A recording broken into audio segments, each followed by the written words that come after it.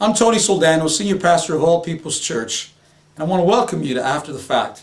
This week I want to talk to you about Integrity Part 2. Integrity sets the standard.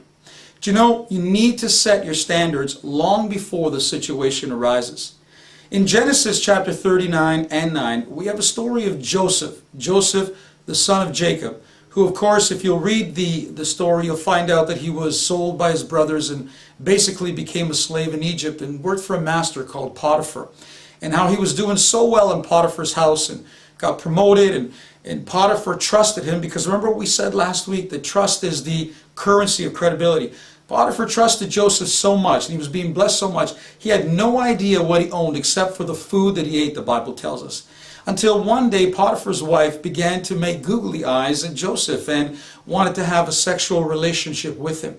And in Genesis 39:9 it says this: Joseph said to Potiphar's wife, "How can I do this great wickedness and sin against God?" Notice that the wickedness would have been against Potiphar, but the sin would have been against God. Joseph has set the standard long before the need for integrity arose.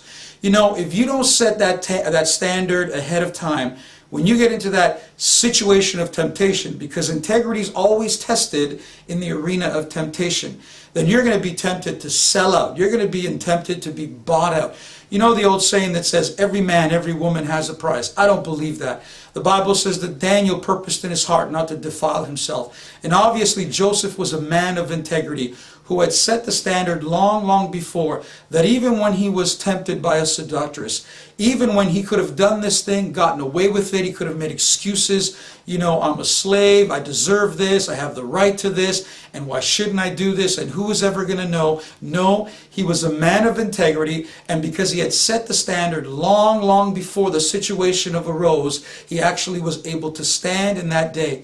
And then 2 years later, he was promoted to the second highest office in all of Egypt. I don't believe that Joseph would have ever been promoted or ever been a prime minister in Egypt unless he had passed that integrity test with Potiphar's wife. I'm Tony Soldano, and this is After the Fact.